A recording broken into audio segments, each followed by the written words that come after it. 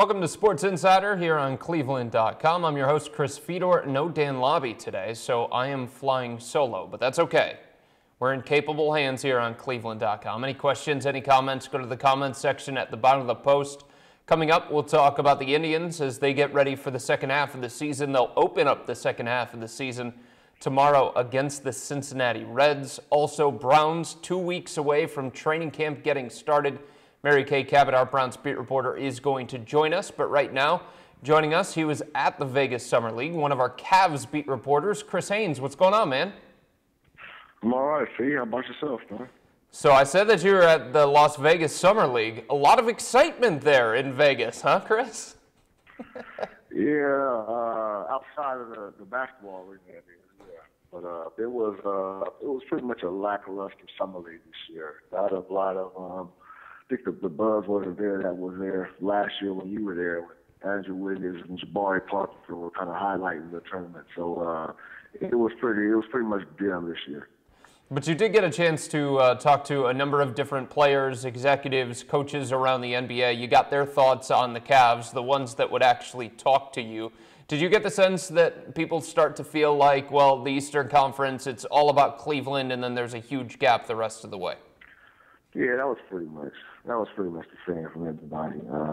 We all know the Eastern Conference is, inferior to the Western Conference, and the Atlanta Hawks losing DeMar Carroll, and you just don't know if they'll be able to sustain the type of winning prowess that they had last year. So it is pretty much Cleveland. You add the fact that Mo Williams, is an upgrade at the point guard position, and I think everybody assumes that Tristan Thompson will be back. So yeah, it's pretty much the Cavs and everyone else. So when you talk about the Vegas Summer League, the big name, I guess, for the Cavs that was there was Joe Harris, if you want to consider that a big name. But Sir Dominic Pointer, the second-round pick, was also there. Raheem Christmas, a second-round pick from Syracuse, there as well. Chris, if you had to pick somebody besides Joe Harris, the most likely guy that you watched in Vegas that has a chance of making the opening night roster, who would you say it is and why? It would probably be Pointer. First of all of those guys, all three of those guys, didn't do much to help their stock. Joe Harris, he struggled throughout. I think he was, I want to say, he was like 7 for 28 in the first three games. Raheem Christmas, he's a pretty good rebounder, but I think he collected like 12 fouls in the first two games. Pointer can't really shoot. He's a nice slasher, but he did have the third game they played against the Bucks, I believe. He had something like 11 points, and you saw some of his potential in slashing to the basket, using that quick first step in his. Can't shoot really, but you just see that he's seen what he can provide on the defensive side as well. He would probably be the guy who would have the best chance of making the team, but I still don't think he's going to make the team. Really, there's nobody on that roster. Even if you didn't know Joe Harris had a guaranteed contract, you wouldn't even think it was in on his roster that would make the regular season team. It was pretty bad basketball, to say the least. Chris, over the weekend, you also had a chance to catch up with GM David Griffin. When you got a chance to talk to him, the assembled media met with him. What was it that you took away from his 6 to 10 minutes that he spent with you guys? I think the most beautiful thing I took away was that he felt like he was in for the long haul in this Tristan Thompson negotiation war. I asked him after that meeting, I'm like, hey, man, come on, Griff, I'm trying to start my vacation. When is this deal going to get done? He said, Chris, I can tell you this. You ain't starting your vacation anytime soon. I'm like, oh, boy.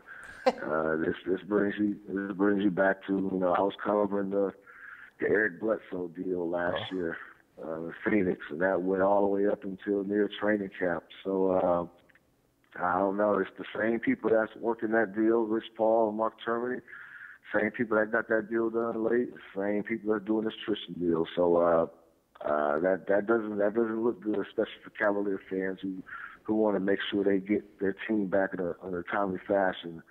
It has the potential, I said this at the beginning, it has the potential to go a long haul. And that might just be the case. But Chris, given the Cavs' salary cap situation, it's not like this is preventing them from making other moves, is it?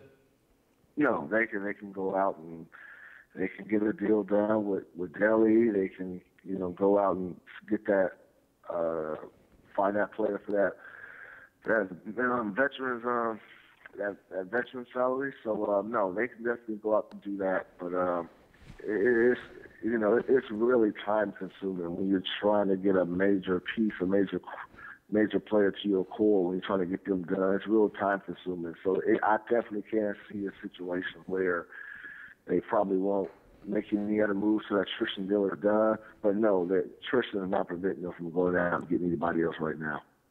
Speaking of Delhi, you bring him up. Chris Mannix, SI.com, had a report in his column, I believe it was yesterday, might have been the day before that, about Delhi maybe searching for a contract that starts at $4 million.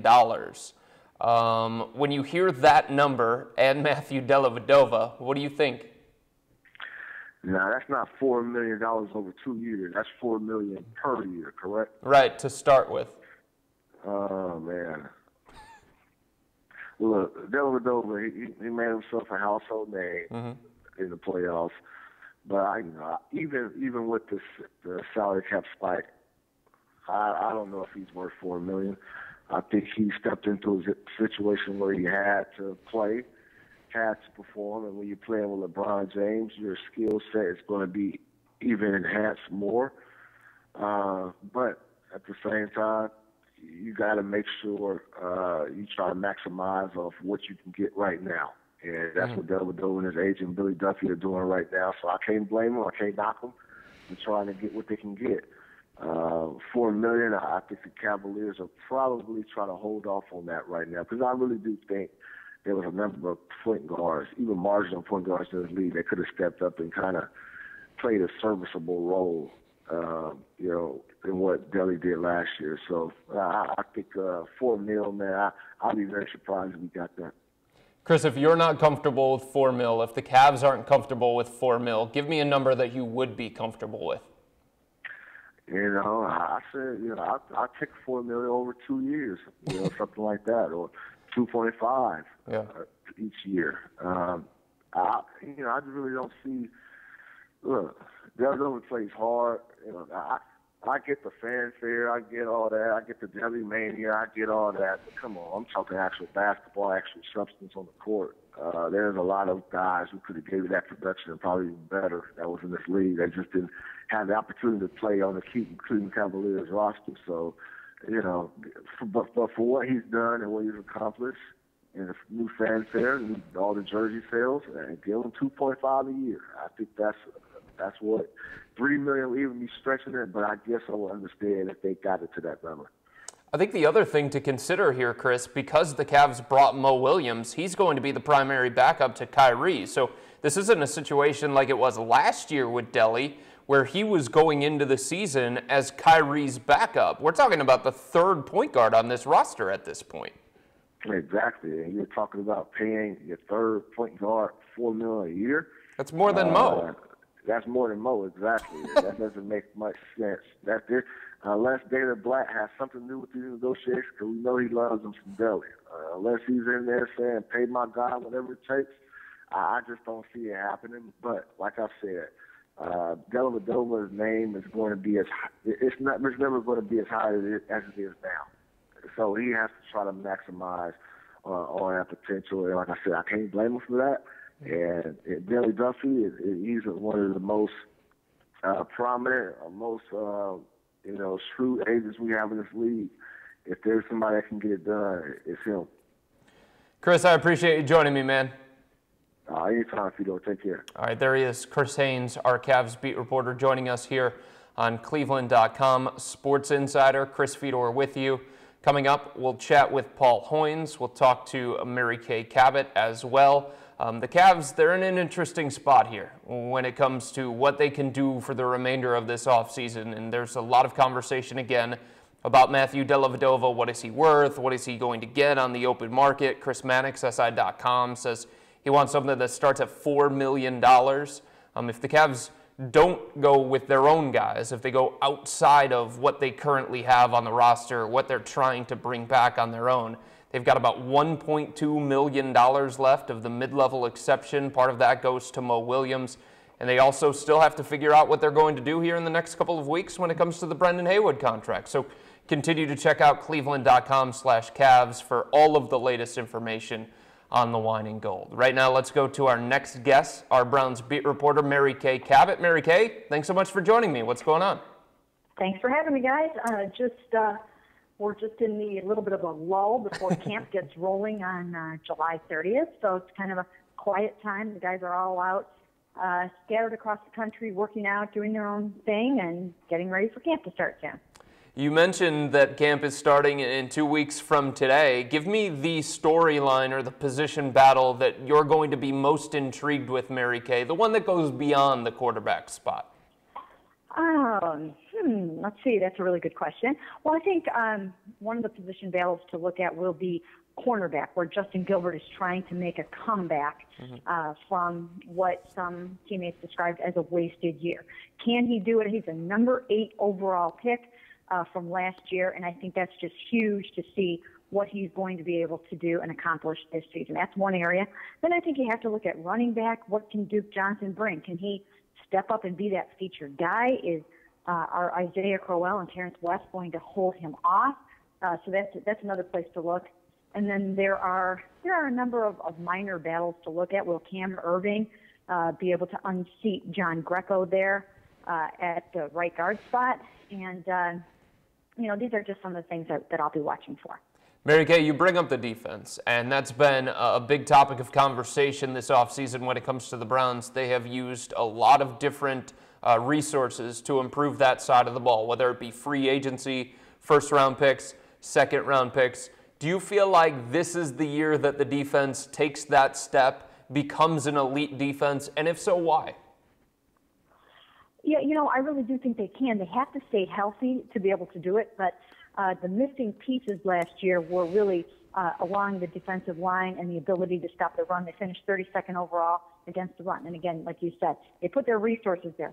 Danny Shelton, Xavier Cooper, Randy Starks, those kind of guys. So they should be able to stop the run. And then, of course, the secondary guys are going to be working hard on their tackling and trying to pitch in that regard as well.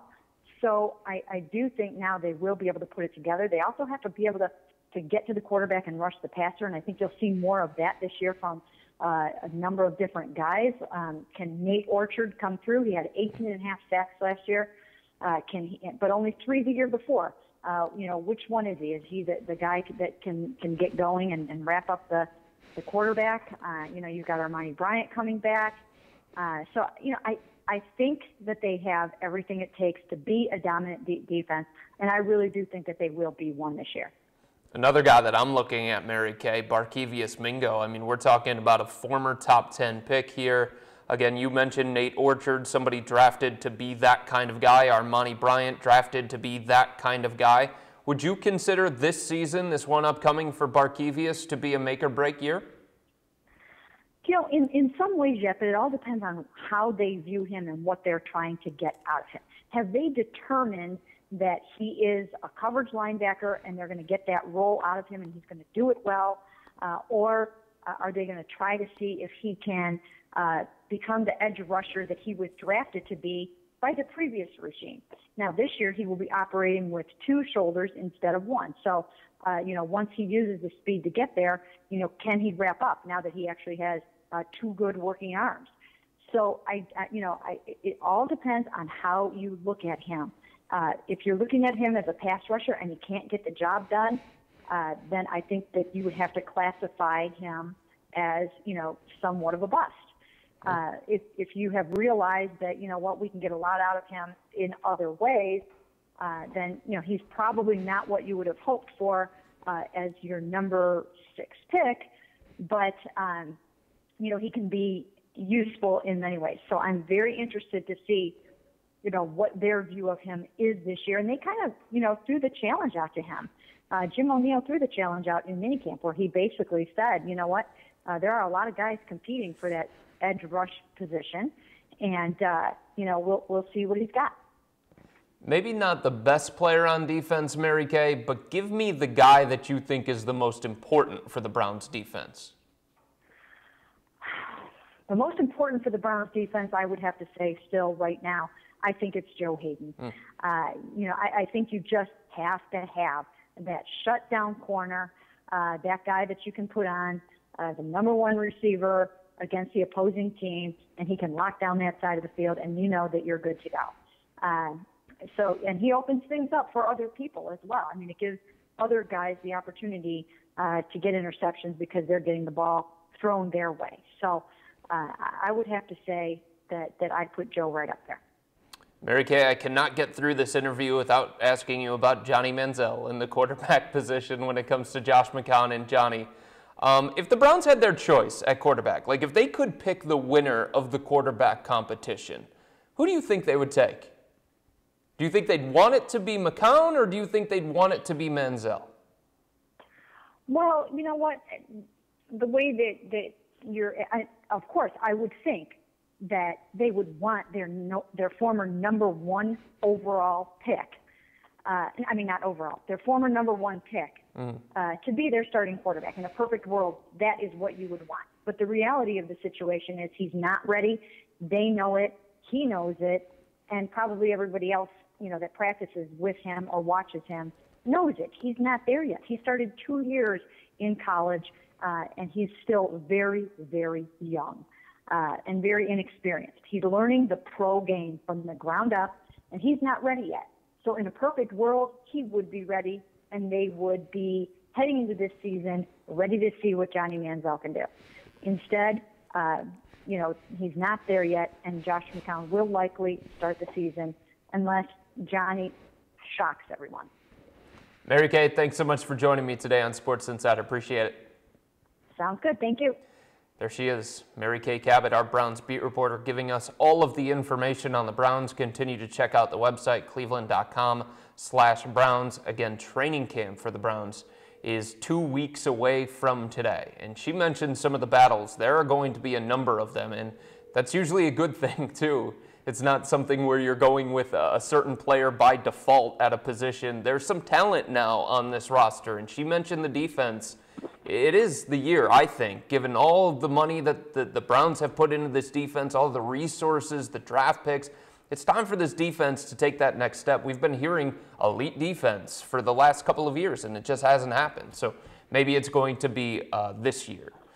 The Indians, they get their second half of the season started on Friday against the Cincinnati Reds. And joining us to talk some Tribe, it is Paul Hoynes. What's going on, Hoynesy? Hi, guys. How you doing today? Doing great. So when the Indians finished off the first half of the season, what do you think the message was from Terry Francona, a team that came into this season with high expectations, but a team that went into the All-Star break under 500? What do you think he was saying to his team going into the second half? I think he'll probably I think they repeat, that team meeting they had after they got, swept in, I can't even remember, wherever they were. They got, when they lost the four games in Baltimore.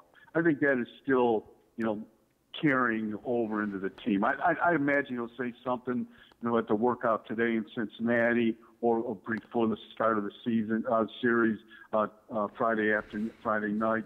But I think, to take this thing at little chunks, don't get too far ahead of yourself, to, just take care of what's the game in front of you. I think that was the message, and, it worked for a while, and it kind of wore off. So, we'll see how it goes. But, I'm not sure you can do a Newt Rockney right now.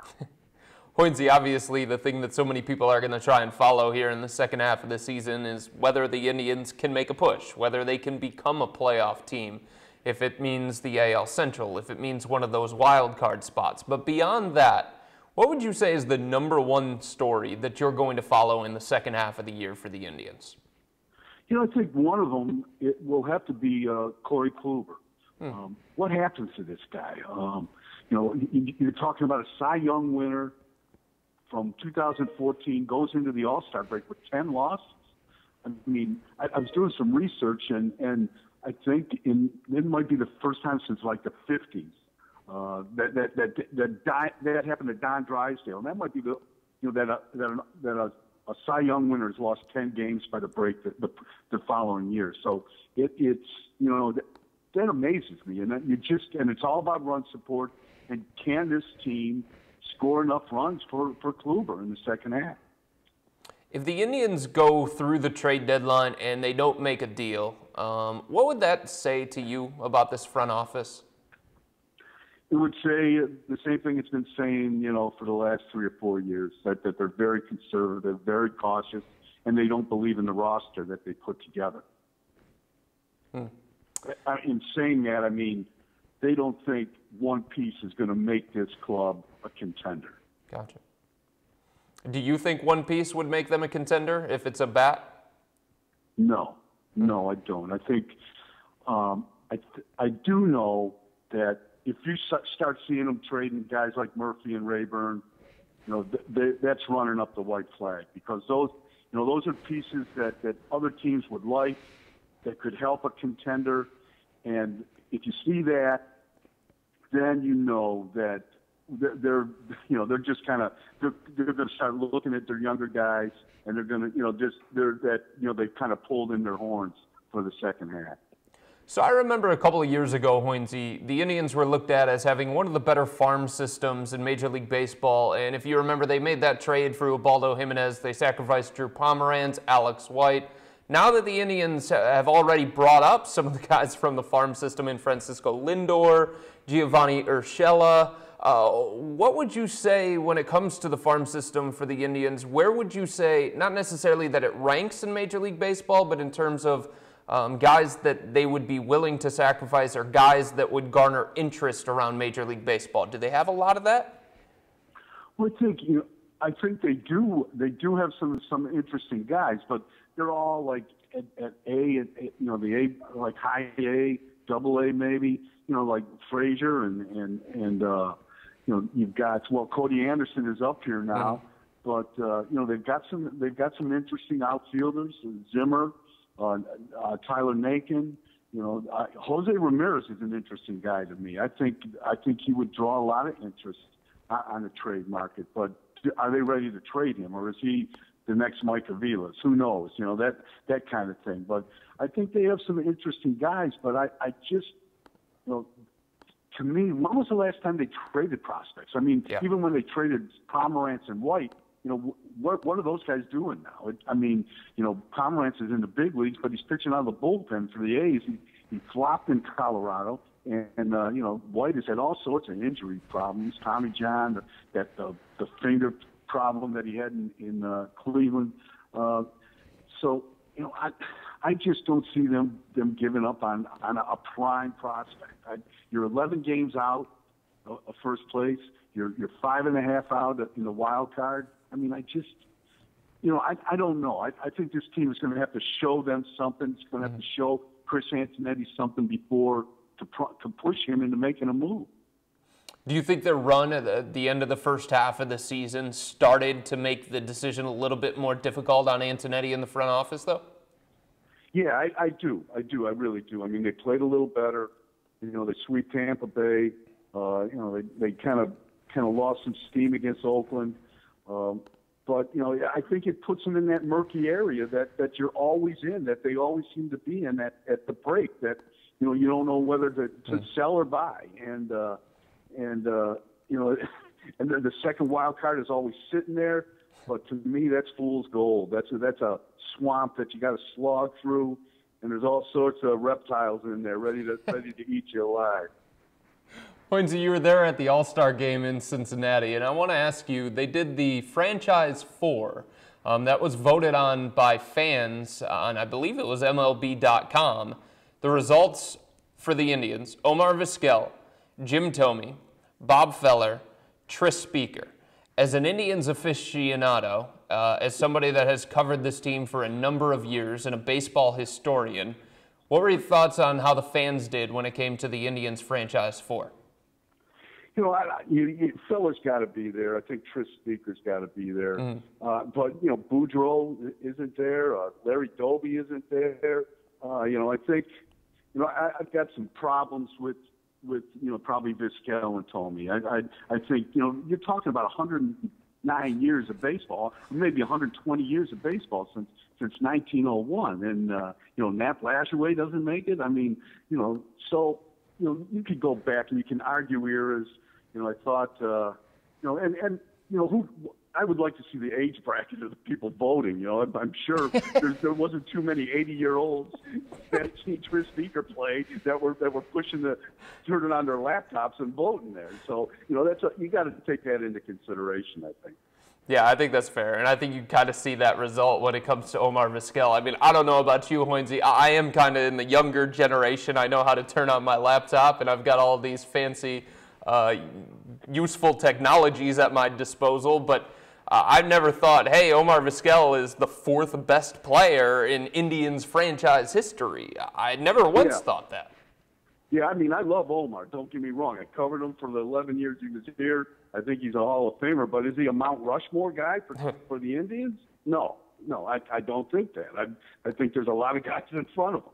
But, I think that kind of gives you a perspective of who's doing the voting as well. Hoynesy, I appreciate you joining me. It should be a fun second half of the season for the Indians. Hopefully they can make a run at least that wild card spot. Yeah, I think they've got a shot. All they've got to do is they've got to score a few more runs, and because they pitch great. You can't win. You can't win if you're not going to score. Hoynesy, I appreciate you joining me, bud. Thank you. There he is, Paul Hoynes, one of our Indians beat reporters. Continue to check out all of our coverage there. They've got some targets for the Indians as the trade deadline is fast approaching. And again, the second half of the season gets started tomorrow against the Cincinnati Reds. My thanks to Hoynesy. My thanks to Mary Kay Cabot, our Browns beat reporter, and Chris Haynes for joining me today on Sports Insider. I'm Chris Fedor. We'll talk to you next week right here on cleveland.com. Later.